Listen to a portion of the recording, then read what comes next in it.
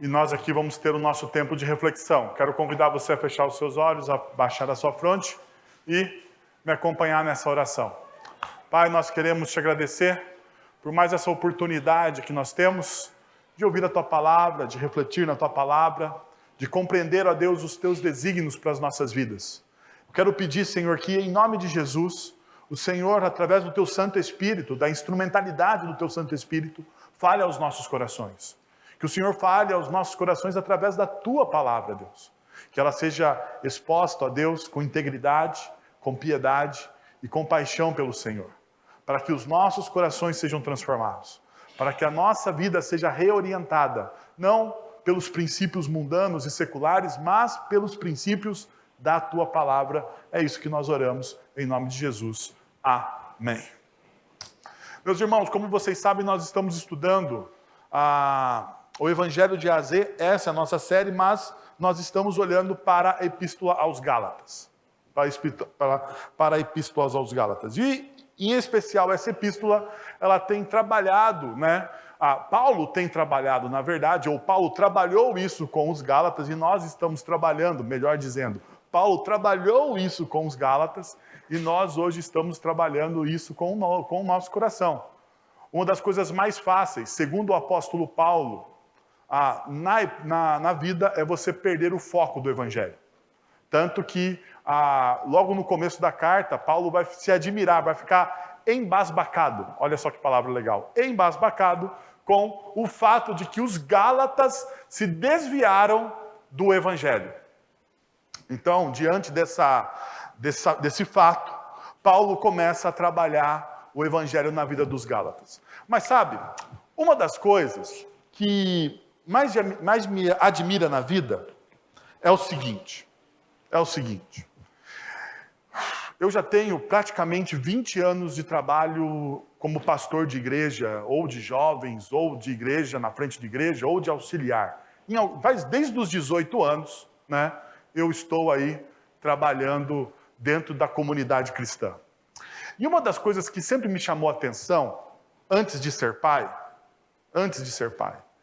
é que quando nós estávamos reunidos e no nosso meio havia algumas mães e crianças, as mães conseguiam identificar o choro do seu filho, do seu respectivo filho. Já percebeu que a mãe, ela consegue, assim, você pode ter 280 crianças chorando ao mesmo tempo, as mães vão conseguir identificar o choro do seu filho. É um negócio, que eu achava assim, poxa, como é que uma mãe, no meio de uma barulheira de criança, consegue identificar o choro do seu filho? Bom, fui ver, e os cientistas dizem o seguinte, que a criança, quando está no útero materno, de tanto ouvir o timbre da mãe, ela vai adquirindo o mesmo timbre no choro. E daí a mãe consegue identificar o choro da criança pelo timbre da criança. É uma explicação. Não sei se é verdade, mas é o que o pessoal diz. Mas uma outra coisa que eu sempre me chamou a atenção, agora na relação com a minha família. Eu tenho mais outros 2 irmãos. Não tão bonitos quanto eu, mas muito gente boa. Eles, tanto o Fábio quanto a Thaís, a gente tinha uma vida muito ativa de amigos, igreja, sair e tal. E uma coisa que eu sempre admirei na minha mãe é que quando o portão de casa abria, a minha mãe falava lá de dentro de casa, eu estava com ela, lógico, estava ali, ela falava assim, é o Fábio. Minutos depois, quem entrava pela porta? O Fábio. Eu tinha medo da minha mãe. Ou quando era a Thaís, lá, é a Thaís. E os meus irmãos relatam que a mesma coisa acontecia comigo. Eu não sei que tipo de ligação existe, mas eu sei que hoje, como pai, existe uma ligação muito íntima entre pai e filho. Existe uma ligação quase que incondicional entre pai e filho. Eu sei que na nossa sociedade hoje, essa ligação tem sido descaracterizada. Não é novidade. A nossa sociedade tem descaracterizado o relacionamento, a ligação entre pais e filhos. E eu sei também, e eu não vou ser inocente com vocês, eu sei também que por causa do pecado e do estado de pecado que nós vivemos, muitas das relações entre pais e filhos não são boas. Não são boas. No entanto, uma coisa é verdade. Na maioria dos casos, existe essa ligação intrínseca. E hoje, quando nós vamos olhar para a carta aos Gálatas, nós vamos ver essa ligação.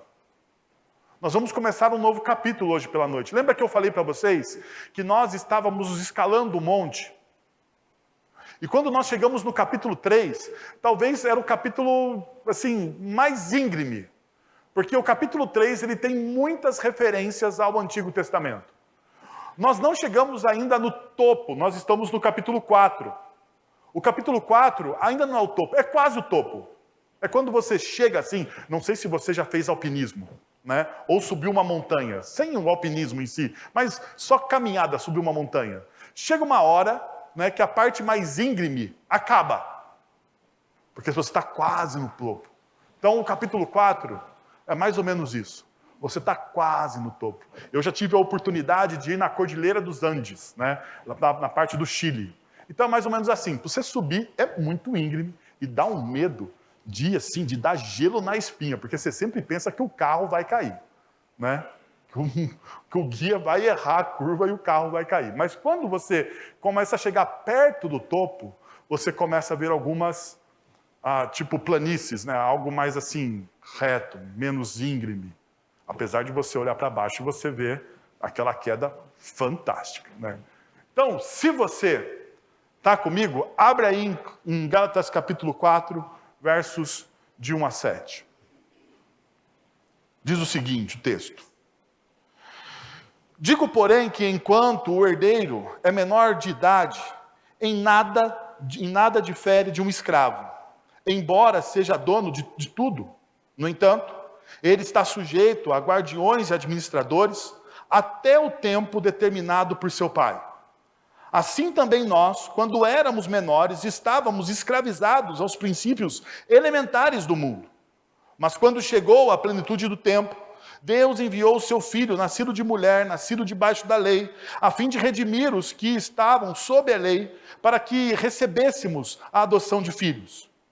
E porque vocês são filhos, Deus enviou o seu Espírito, o Espírito de seu Filho, ao coração de vocês, e ele clama, Abba, Pai. Assim, você já não é mais escravo, mas filho. E por ser filho, Deus também o tornou herdeiro.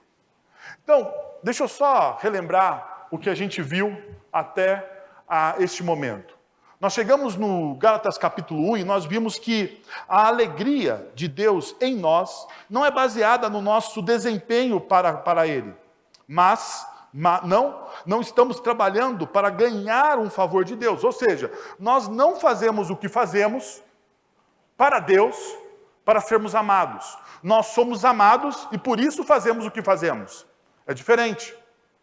Nós não fazemos para obter uma bênção, mas nós já fomos abençoados, então nós retribuímos isso em atitudes de gratidão e amor. Segundo, no capítulo 2, como resumo, devemos evitar a hipocrisia, ou seja, viver uma vida que não condiz com o evangelho em que afirmamos crer. Se realmente confiamos e seguimos a Cristo, nossa vida refletirá seus ensinamentos à medida que formos cada vez mais conformes à sua imagem. Ou seja, nós precisamos alinhar o nosso discurso, aquilo que a gente fala, com aquilo que a gente faz. Então, o nosso discurso, ele precisa estar alinhado com o nosso fazer. Precisa. Por quê? Porque o nosso discurso pode se tornar um discurso vazio, um discurso hipócrita. diante da nossa falta de atitude dos ensinamentos e dos princípios do reino de Deus. No terceiro, em Gálatas capítulo 3, Paulo cobre 2000 anos de história do Antigo Testamento, de Abraão, passando por Moisés até Cristo. Vimos que o clímax de toda a história, não apenas da história bíblica, mas de toda a história, no geral, na grande história da humanidade. Isso tudo gira em torno de quem? De Cristo Jesus. Agora, no capítulo 4, a promessa dada a Abraão e a lei dada a Moisés foram dadas para nos apontar para Cristo. Então perceba, a partir do momento agora, você vai perceber que Paulo, ele vai sempre, no capítulo 3, ele massacrou a lei. Ele massacrou a lei. E ele falou com veemência e com força, muitas vezes, quase dando a entender para nós, leitores de Paulo, que a lei não serve para absolutamente nada. Mas agora, a partir do capítulo 4, Paulo, então, ele começa a construir um outro caminho, dizendo o seguinte: olha, na verdade, essa lei que Deus nos deu, e se você faltou pela manhã, você deve ouvir o nosso podcast para fazer um merchan aqui, né? Ouça o nosso podcast, assista bota o sininho no canal do YouTube e tal, aquela coisa toda. Se você perdeu pela manhã, você faça isso para você ver que a lei, ela serve como um trilho, como um guia. E esse trilho aponta para Cristo Jesus. Paulo, então, vai aprofundar isso no capítulo 4. Jesus cumpre a lei de Moisés e Jesus completa a promessa de Abraão, dando a possibilidade de sermos filhos de Deus. É por isso que a salvação vem somente por meio da fé em Cristo.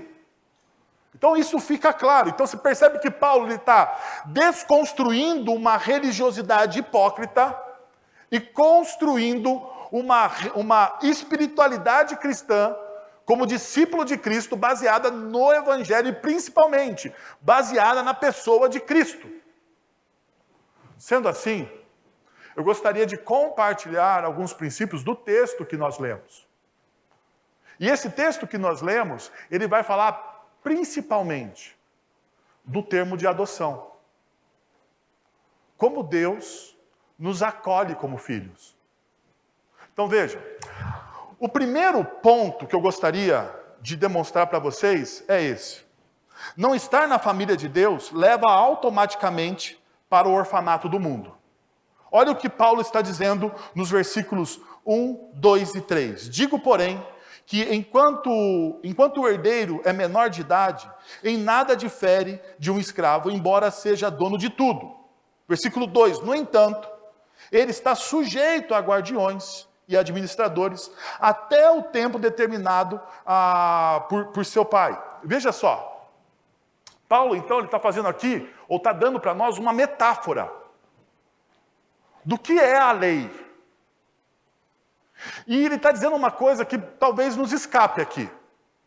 Porque tanto no mundo judaico, antigo, bíblico, quanto no mundo greco-romano, as crianças não eram contadas. As crianças não eram contadas como gente. Se você perceber, tanto em alguns textos bíblicos, você vai ouvir assim, que a contagem da população era feita a partir dos homens. Por exemplo, a multiplicação dos pães e peixes. Na multiplicação dos pães e peixes, o texto bíblico vai dizer que havia cerca de 5.000 homens. E a questão ali de homens é o gênero masculino. Não está falando de homens no gênero humano. Não eram 5.000 seres humanos, não. 5.000 homens. Quer dizer que naquela grande multidão não havia mulheres, crianças? Não. Tanto que quem leva lá a marmitinha na multiplicação dos pães e peixes, quem que é? Um menino. Que não era alguém contado pela grande multidão, ou contado na grande multidão. Você contava os homens. Por quê? Porque tanto crianças e mulheres, naquela sociedade antiga, não eram contados como parte da sociedade. Eles eram vistos através dos homens, porque aquela sociedade era altamente o quê? Patriarcal.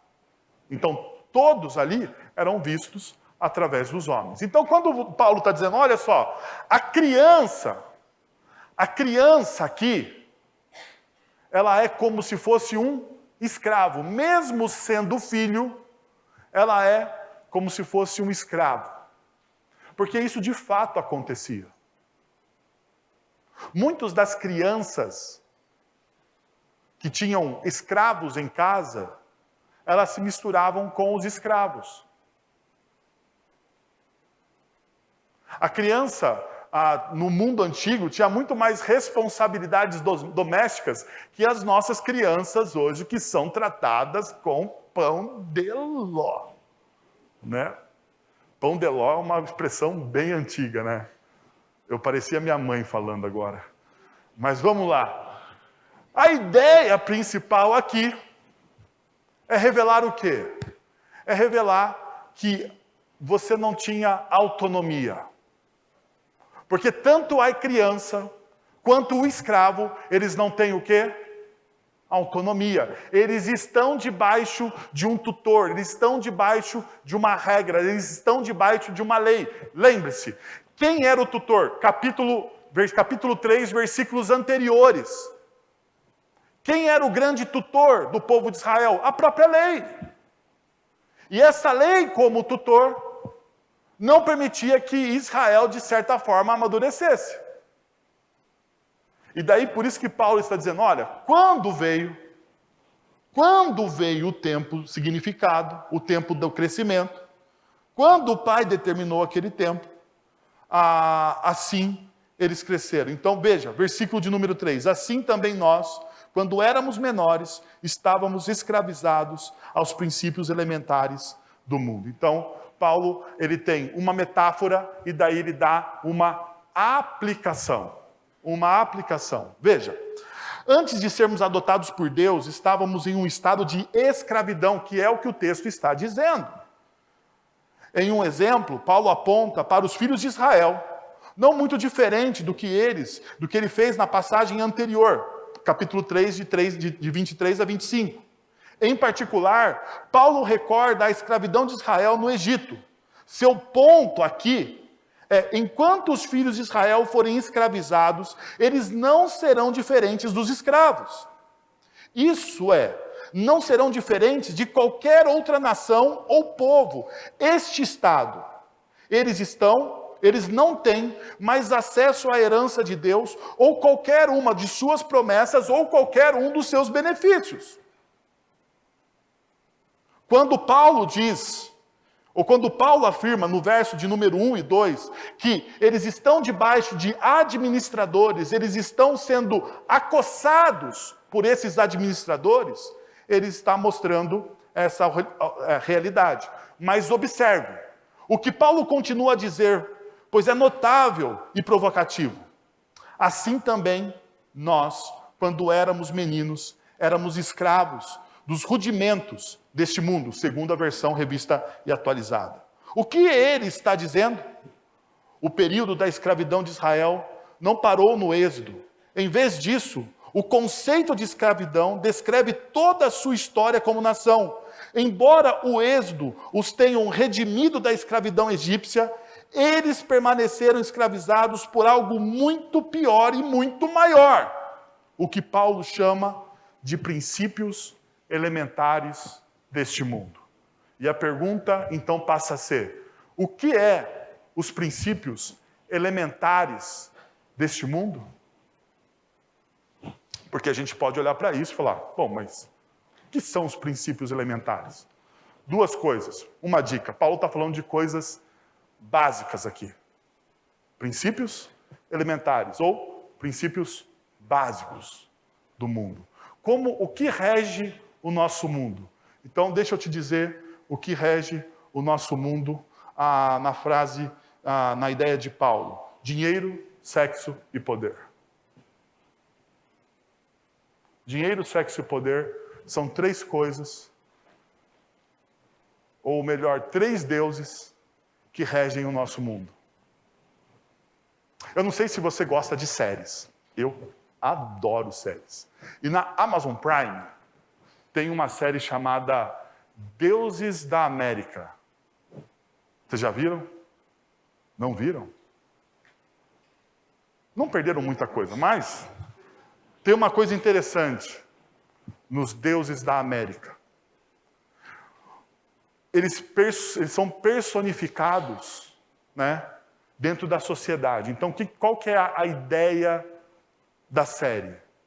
A ideia da série é que esses deuses, dinheiro, sexo e poder, eles aparecem. Tem outros, luxúria, tem outros que vão aparecendo, que são ramificações até mesmo, ou subdeuses, né? Eles vão aparecendo. Mas esses 3 deuses, eles sempre vão estar no diálogo da série.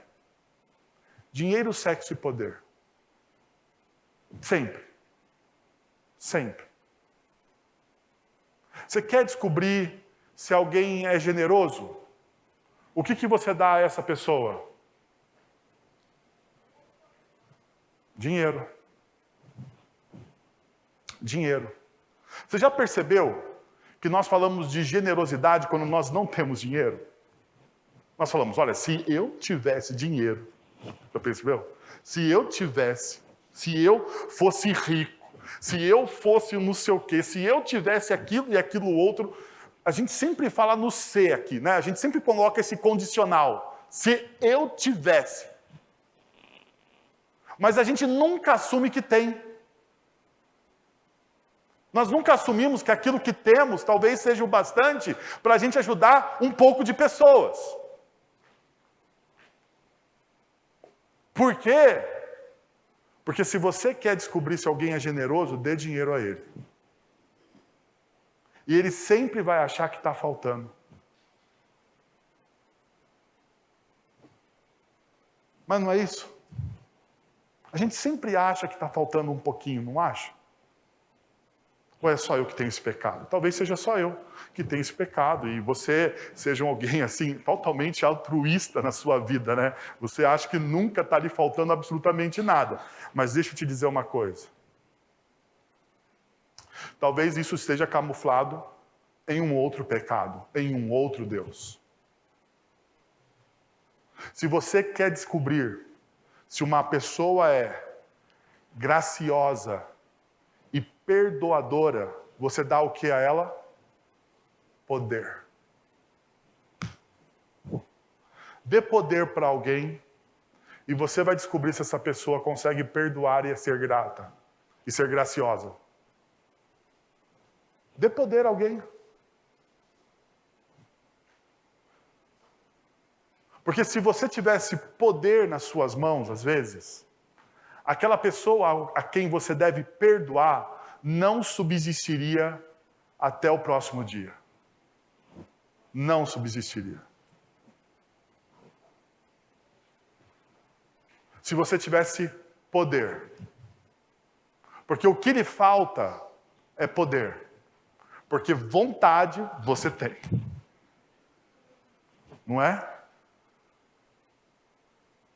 Muitas vezes nos falta isso. E daí Paulo está dizendo, olha, você talvez esteja escravizado aos elementos rudimentares deste mundo. Você quer saber se alguém é íntegro? Dê a ele o quê? Prazer. Prazer. Você quer saber se alguém é fiel? Teste ele com o quê? Com sexo. Com prazer. E daí você vai descobrir se essa pessoa é fiel. E não pense você que eu estou falando aqui para os casados. Não pense você que eu estou falando aqui para os jovens também. Para os jovens.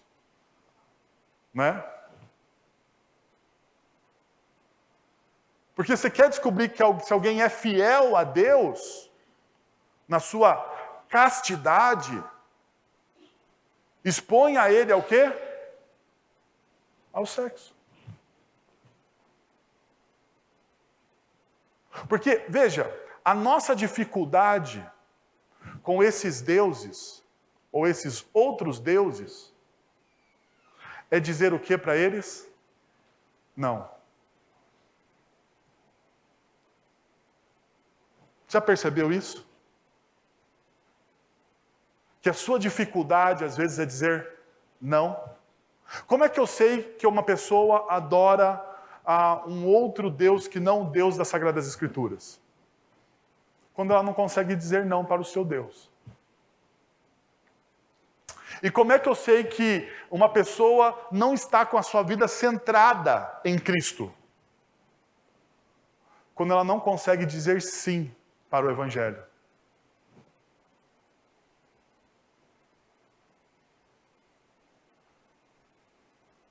Hoje pela manhã eu usei uma ilustração aqui, e eu vou repeti-la.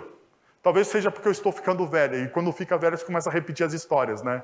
Mas eu vou repetir essa ilustração.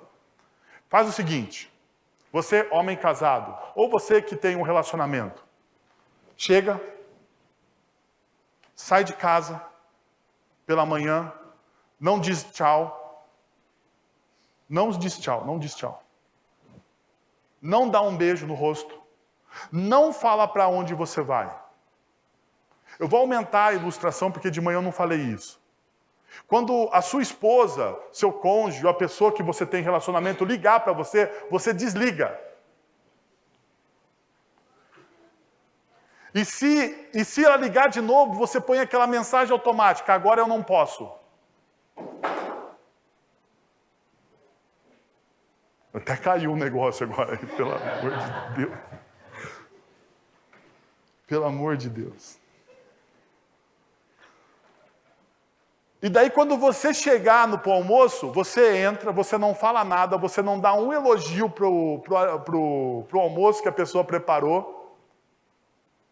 Você sai de casa, você bate a porta. E se a pessoa ligar ou te mandar uma mensagem e perguntar o que está acontecendo, você faz, não interessa. Quê? Essa mulher está precisando de poder. E daí quando você chega em casa, você toma banho. Você não fala com a pessoa. Você assiste o seu futebol. Vai para a cama e dorme. Se você acordar no dia seguinte, é uma coisa que talvez não aconteça. Por que eu estou trazendo de novo essa ilustração? Porque quando toda adoração é uma questão de relacionamento. Toda adoração é baseada em relacionamento. Então veja, se você não se relaciona, eu não estou dizendo que você deve se relacionar com a sua esposa em questão de adoração, mas toda adoração é um relacionamento. E toda metáfora, ela tem falhas, como esta. Mas eu quero que você fique comigo. Presta atenção. Quantas vezes nós não fazemos isso com Deus? Quantas vezes nós nos achamos ocupados demais para orar? Quantas vezes nós nos achamos ocupados demais para ter um tempo de leitura da palavra?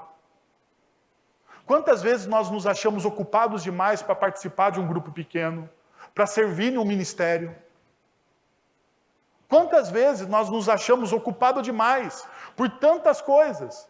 Não é a mesma coisa que esse cara, com esse ser imaginativo, faz com a pessoa que ele diz que ama. Nós dizemos o tempo todo que nós amamos a Deus, que nós buscamos a Deus, que nós estamos interessados a Deus, mas nós temos atenção para tantas outras coisas. Para tantas outras coisas, nós gastamos o nosso coração com tantas outras coisas, mas nós não fixamos a nossa atenção nem por um minuto em Deus. Daí você quer me dizer que você adora a Deus? Que você ama a Deus? Como é que você ama alguém que você não conhece? Não, fala para mim, como é que você ama alguém que você não conhece? Como é que você ama alguém que você conhece de ouvir falar? Já percebeu isso?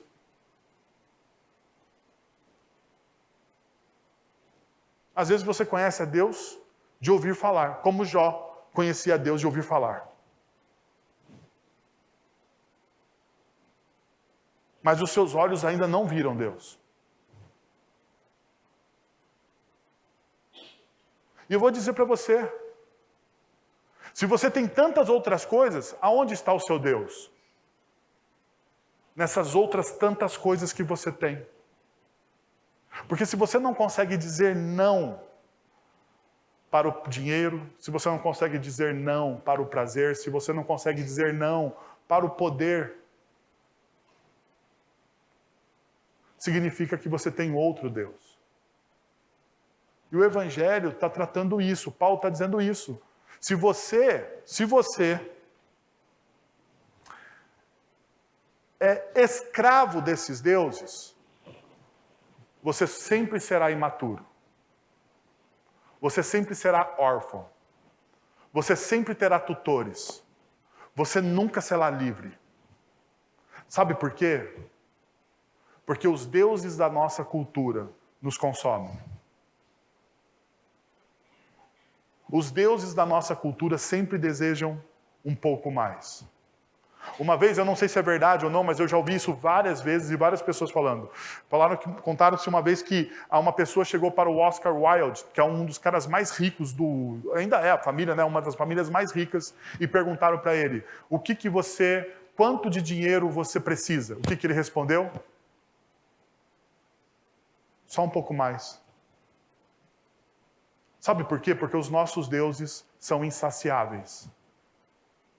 Você pode ser a pessoa mais rica do mundo. E ele era, à época, a pessoa mais rica do mundo. Quanto de dinheiro te basta? Ele disse, só um pouco mais.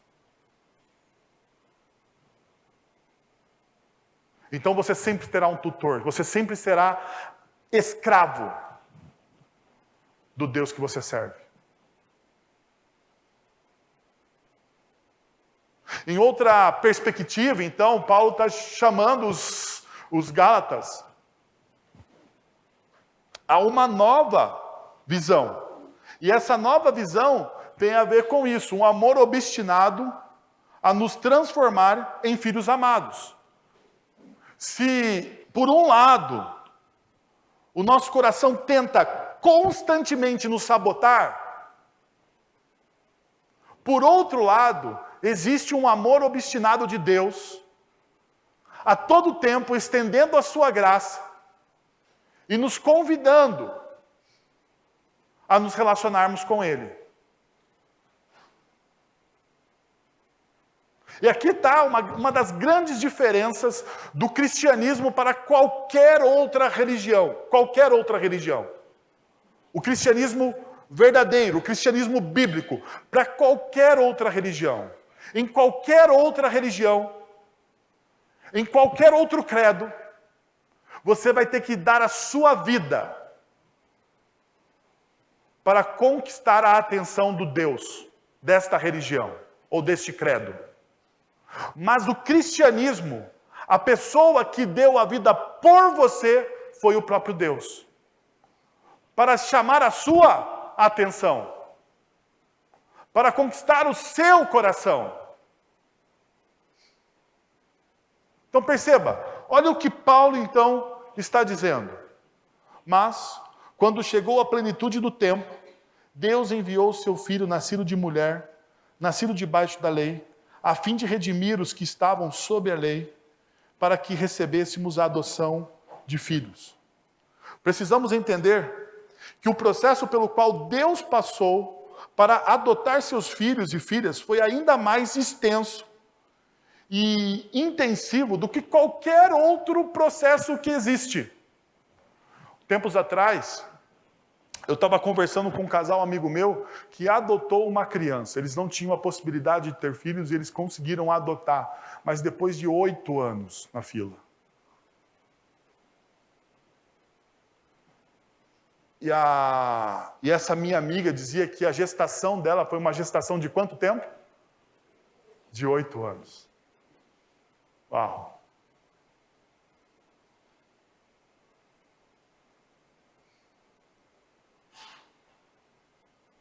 uma espera de 8 anos.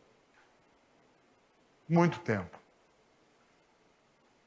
Então, quando a gente olha para o processo de que Deus se colocou, de que Deus se colocou para nos adotar como filhos, nós deveríamos ter uma grande reverência. Perceba, Deus esperou pacientemente por muitos meses, não por muitos meses, nem por muitos anos, mas por centenas de anos. Veja o que o texto bíblico diz, na plenitude do tempo, ou dos tempos, no tempo certo. E só então Deus iniciou o seu processo de adoção. Mas observe, como o pai iniciou o processo de adoção? Deus enviou o quê? O seu filho. Então, veja, o que nós estamos percebendo? Nós recebemos essa adoção como filhos, e a pergunta é qual é o processo dessa adoção? E o texto mesmo, ele vai responder qual é esse processo. Mas quando chegou a plenitude dos tempos, Deus enviou o seu filho, nascido de mulher, nascido debaixo da lei, a fim de redimir os que estavam sobre a lei. Esse processo, ele precisa ser preciso. Porque veja, mas aqui está o porquê. O Pai Celestial é um Deus Santo, então não poderia simplesmente tornar as criaturas pecaminosas para si e chamá-las de suas. Sem primeiro lidar com o pecado delas. E é por isso que o filho tinha que ser nascido da mulher e nascido debaixo da lei. O que Paulo então está tratando aqui é da natureza humana de Cristo. Se o nosso Cristo, ele é totalmente Deus, ele precisava ser totalmente homem para cumprir o quê? A lei. Ele precisava passar pelas mesmas dores, ter as mesmas incertezas, passar pelos mesmos dilemas. E aqui está uma das coisas mais bonitas do Evangelho. Uma das coisas mais bonitas do Evangelho é que esse Jesus apresentado nos Evangelhos, ele, apesar de ser totalmente Deus e totalmente santo, ele passou pelos mesmos dilemas, dúvidas e anseios que eu e você passamos todos os dias. Ele teve fome, ele sofreu, ele chorou. Uma das imagens mais belas de Jesus é o seu nascimento. Porque o Deus encarnado, o Criador dos céus e da terra, quando ele se encarna, a gente sempre tem a ideia de que Jesus nasceu pronto, né? Jesus nasceu falando o Evangelho, né? Com meio ano de idade Jesus já falava. Não é assim. Jesus ele passou por todo o processo. O Deus encarnado passou por todo o processo que todo ser humano passa, de fragilidade. Agora imagina, o Deus encarnado, Criador dos céus e da terra, aquele que fez todas as coisas, aquele que João vai dizer no seu evangelho, no início do seu evangelho, que ele fez todas as coisas por intermédio dele. Que ele é a palavra, e que mesmo antes de existir qualquer coisa, essa palavra já existia. E que todas as coisas são criadas por intermédio dessa palavra. Aquele que é a força motriz de toda a criação. Ele se fez homem. E o fato dele se fazer homem, ele nascer na fragilidade de uma manjedoura, de um lugar pobre, na esquina do mundo. Na periferia da época do Império Romano, um lugar que ninguém queria estar, que não era um lugar mais bacana para se nascer. E lá Jesus ele nasce em toda a sua fragilidade. E só essa informação deveria comover o seu coração. Porque o Deus encarnado, ele se torna frágil por você. O Deus Todo-Poderoso se coloca em uma posição de servo por você.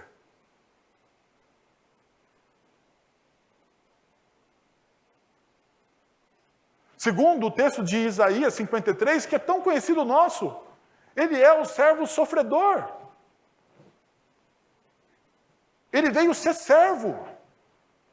Ele veio servir.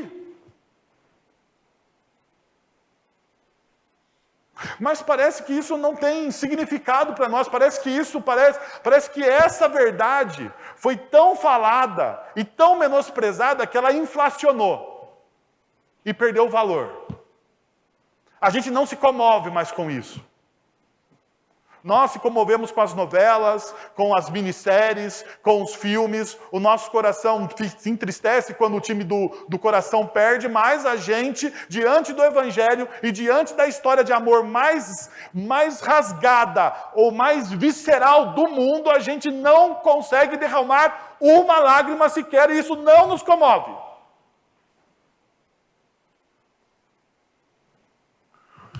Talvez seja por isso que a Bíblia diz que nos últimos dias o amor esfriaria. Quando eu sei que o amor esfriou? Eu sei que o amor esfriou quando o Evangelho não toca mais o meu coração. Quando pessoas ouvem o Evangelho e não choram mais. Ali eu sei que o amor esfriou. Eu não estou falando de amor ao próximo, não. Eu estou falando do amor mais básico que tem. Daquele primeiro amor que eu e você descobrimos quando nós ouvimos pela primeira vez o Evangelho de Cristo Jesus. E é isso que o texto então está dizendo. É esse processo que o texto está mostrando. O texto está mostrando que Deus precisava cumprir um processo que Ele mesmo estabeleceu, cumprir toda a lei, para que nós fôssemos adotados como filhos. Jesus precisava estar sobre a maldição da cruz por nós. Então, se nós somos filhos e filhas de Deus, se nós desfrutamos dos privilégios da adoção, não é pelo nosso esforço, pelo nosso mérito, pelas nossas virtudes, não. Tudo isso foi conquistado por Jesus na cruz, porque Ele não poupou absolutamente nada por nós.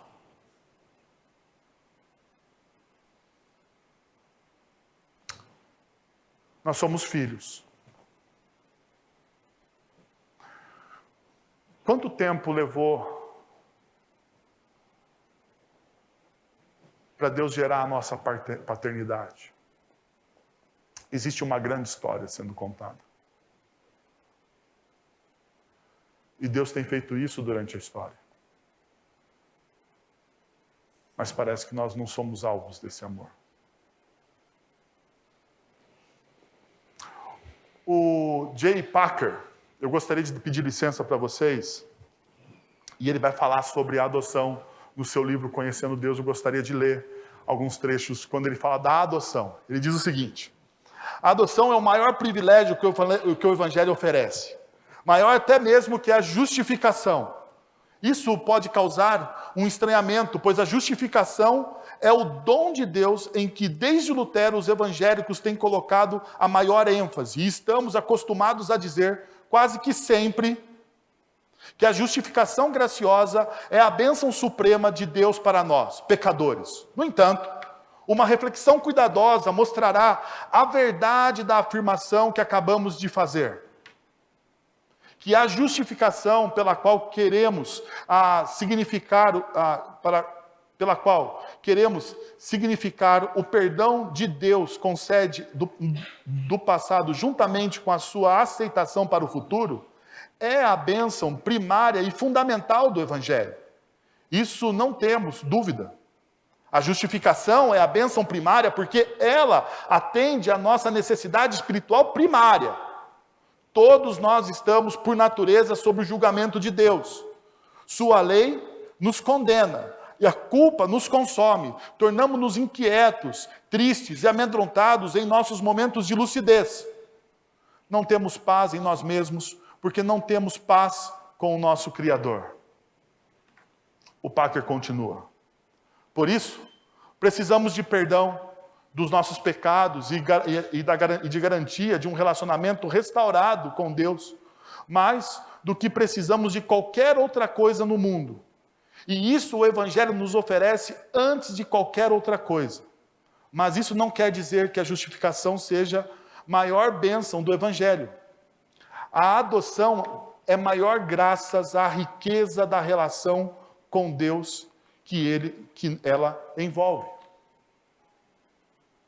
Parker continua explicando por que a adoção é uma bênção maior do que a justificação. A doutrina da justificação nos torna justos diante de Deus, o juiz, mas a doutrina da adoção nos torna filhos amados de Deus, o Pai. A justificação é a imagem da coisa legal, mas a adoção é a imagem do paternal. É a imagem de que nós fomos recebidos, de que nós somos acolhidos, de que nós pertencemos a alguém.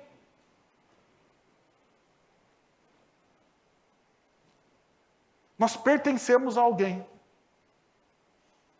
A adoção diz que nós pertencemos a alguém. O sentimento de pertencimento.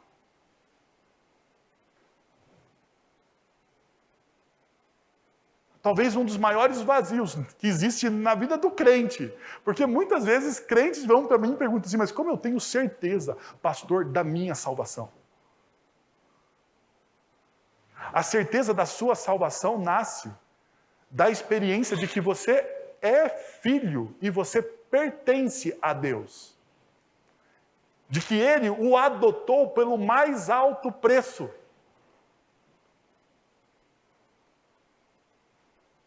Por isso que você não precisa ter medo. Por isso que você não precisa viver na esfera do medo. Você pode viver na esfera do amor, da graça.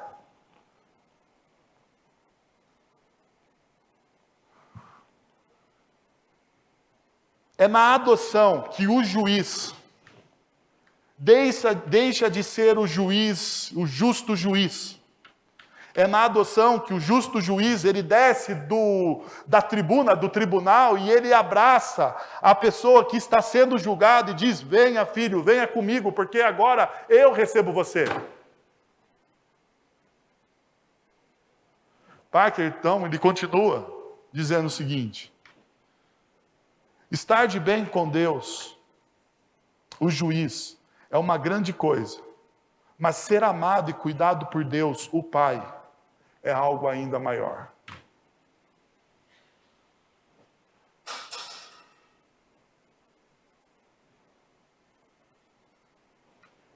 Talvez o que você precise para redimensionar o seu relacionamento com Deus é ter as duas imagens adequadas de Deus. A imagem adequada de Deus é que Ele é o grande juiz, o justo juiz de toda a terra, mas ao mesmo tempo que Ele tem essa imagem de justo juiz, Ele é também o Pai daqueles que foram comprados pelo sangue de Cristo.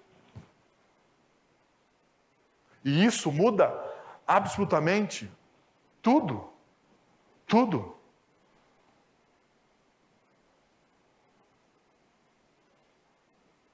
Por último, gostaria de convidar você a perceber isso. Os privilégios de sermos parte da família da Trindade. Olha o que o texto diz. E porque vocês são filhos, Deus enviou o seu Espírito, Deus enviou o Espírito de seu Filho ao coração de vocês, e Ele clama o quê? Abba, Pai. Assim, você já não é mais escravo, mas filho. E por ser filho, Deus também o tornou herdeiro. Primeiro, perceba aí, porque você agora é filho. E veja uma outra coisa, a ação trinitária aqui. Deus, o Pai, ordena o Deus Espírito para habitar no seu coração por intermédio da obra do Deus Filho. Você está na família da Trindade. Você pertence a isso. Isso é o privilégio. Agora perceba, qual é o privilégio então? Deixa eu te dar 3. O privilégio de ser parte. Você é inserido em algo. Você é colocado em algo. Você faz parte daquilo. E o privilégio de ser parte tem a ver com o privilégio de estar próximo. Porque às vezes você pode ser parte, mas pode não estar próximo. Você pode ser parte de uma família mais distante dos seus familiares. E isso talvez manche um pouco na nossa imagem que nós temos de Deus Pai. Pelas más paternidades. Eu não posso dizer isso, graças a Deus. Eu tive um excelente pai. Então a minha imagem de Deus Pai, ela é potencializada pela imagem de um bom pai que eu tive. Mas talvez você teve um pai ausente. Mas Deus está dizendo que Ele está próximo de você através da pessoa de Cristo. Você não somente faz parte da família. Ele está próximo de você, na pessoa de Cristo. Uma outra realidade que o texto ainda mostra para a gente, um outro benefício, é que o privilégio de ter com quem falar. O texto vai dizer que agora você pode clamar, Abba, Pai. Embora estivéssemos anteriormente presos pela lei, agora nós não estamos mais. Nós olhamos para essa realidade de sermos conduzidos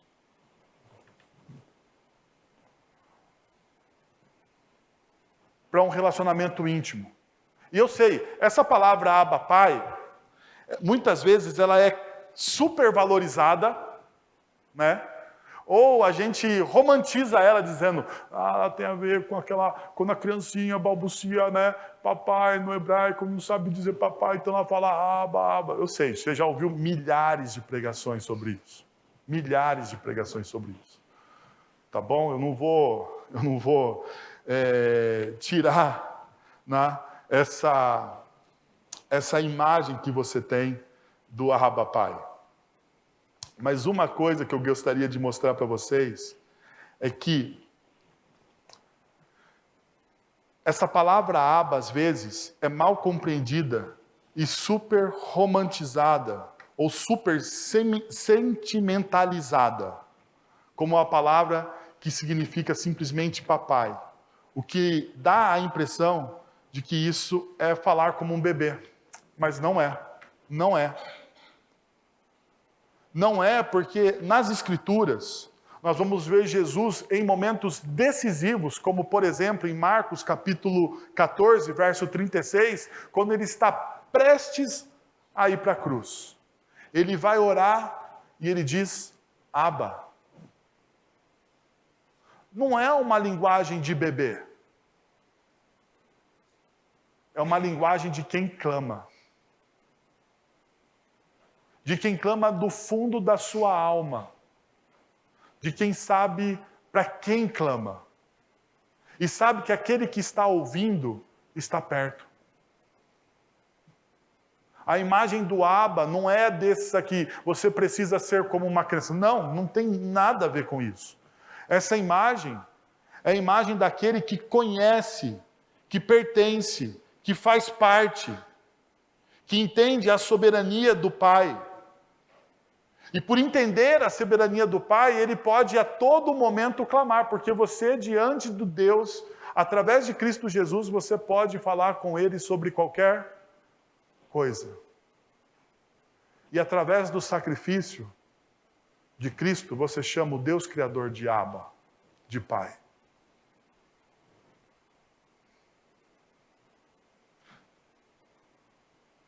É daquele que clama.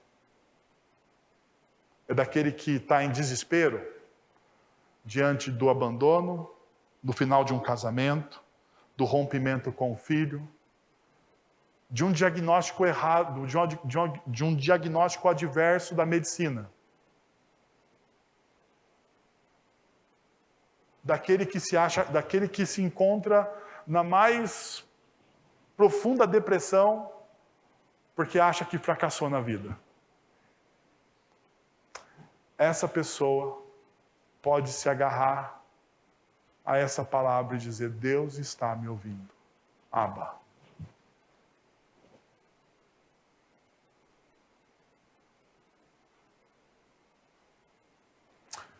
Eu gostaria de convidar você, então, a uma única reflexão nessa noite. Sabemos que fomos adotados na família de Deus quando respondemos às circunstâncias da nossa vida com gritos de intimidade e dependência. Sabemos que somos filhos ou filhas de Deus quando olhamos para o nosso Pai Celestial em tempos de necessidade com confiança e segurança. Sabemos que somos seus filhos quando nos apegamos e clamamos: Abba, Pai. Talvez, nessa noite, você precise clamar: Abba, Pai. Eu quero convidar você a fechar os seus olhos, a abaixar sua cabeça e a orar. E a orar.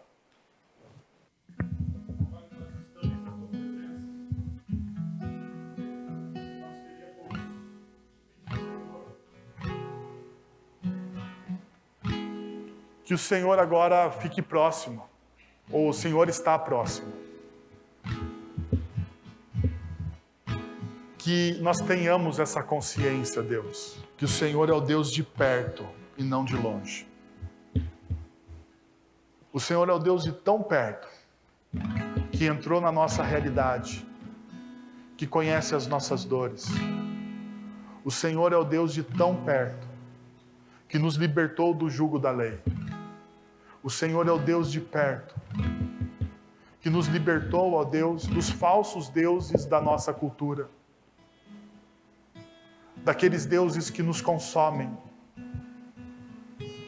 Daqueles deuses, ó Deus, que destroem a nossa humanidade, Senhor. O Senhor é o Deus de perto, porque o Senhor sabe o que cada um aqui está passando. O Senhor sabe a dor, o sofrimento. O Senhor sabe a ansiedade. Eu quero te pedir, Pai, que em nome de Jesus, cada coração aqui ganhe a consciência de que é um filho amado do Senhor. Nós somos filhos amados do Senhor. Não por nossos méritos, mas pelos méritos do Cristo. Não por nossas virtudes, mas pela virtude de Cristo. Nós somos teus filhos. E nós queremos te agradecer, ó Deus, porque nós não merecíamos. Nós não merecíamos. O Senhor fez mais do que nós merecíamos. Em nome de Jesus. Amém. Vamos receber a bênção? Agora, irmãos, que a graça de nosso Senhor e Salvador Jesus Cristo, o amor de nosso Deus e Pai, o conselho, o consolo, o poder e a ação do Santo Espírito de Deus estejam sobre vocês agora e pelos séculos dos séculos. Amém. Deus abençoe. Uma excelente semana no poder e na graça de Cristo Jesus.